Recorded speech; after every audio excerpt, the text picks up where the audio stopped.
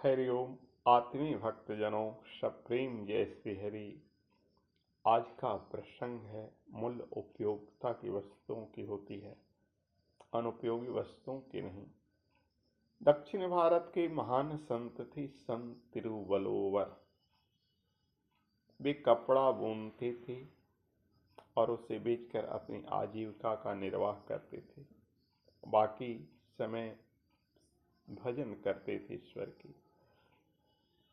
प्राचीन काल में ऐसे महान संत हुए हैं जो अपनी आजीविका के निर्वाह के लिए स्वयं कुछ न कुछ काम करते थे। आज के संतों की तरह सिर्फ चोली रंगा लेना, गेरुआ पहन लेना और भीख मांगकर जीवन यापन करना उन संतों का काम नहीं था। किसी दूसरे पर भार नहीं होते थे। अपनी मेहनत मशक्कत की मजदूरी कमाते खाते थे और भगवान के भजन करते थे। ऐसे महान संत हुए हैं बहुत सारे, जैसे संत तिरुवल्लुवर, कबीरदास। ये सब जुलाहे का काम करते थे, कपड़ा बेचते थे। और रैदास को कौन नहीं जानता है। रैदास जो मन चंगा कटौती में गंगा कहावत थी, हुआ गंगा को प्रकट कर लिए थे अपने जूते बनाने की थाली में। तो यहाँ प्रसंग ये नहीं है।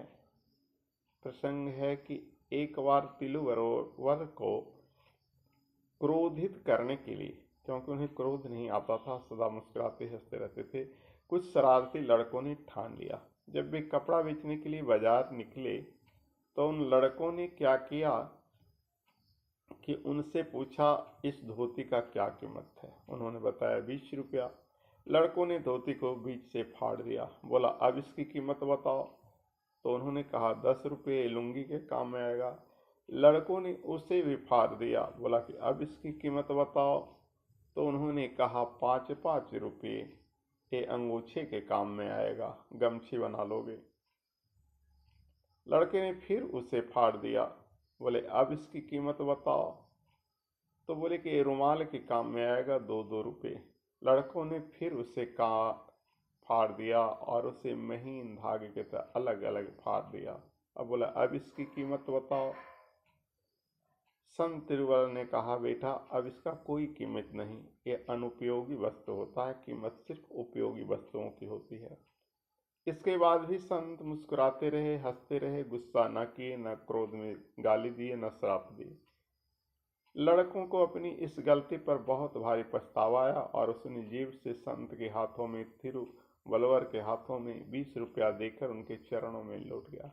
संत ने उस पैसे को लेने से इनकार कर दिया और बोला, बेटा तुमने जो काम किया वो गलत तो करवे किया, लेकिन मैं इसका 20 रुपया नहीं ले सकता, क्योंकि तुमने इसको बर्बाद कर दिया। तुम यही शपथ लो कि आगे से ऐसा काम नहीं करोगे। अपनी 20 रुपया पास में रखो।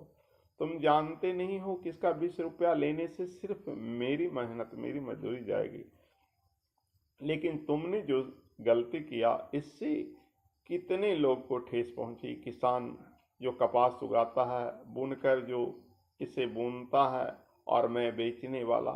बताओ बेटा, तुम्हारे इस गलती से कितने लोगों की मेहनत मशक्कत पर पानी फिर गया। इसलिए मैं तुम्हारा 20 रुपया नहीं ले सकता, क्योंकि यह वस्तु अनुपयोगी हो गई है। कीमत सिर्फ उपयोगी वस्तुओं की होती है, जो उपयोगी अर्थात काम में लाए जाने हैं। तुम बस यही वचन दो कि आगे से तुम कभी ऐसी गलती नहीं करोगे। लड़कों ने आगे से शरारत न करने की कसम खाई और संत तिरुवल्लुवर के चरणों में झुककर अपनी गलती के लिए क्षमा याचना की।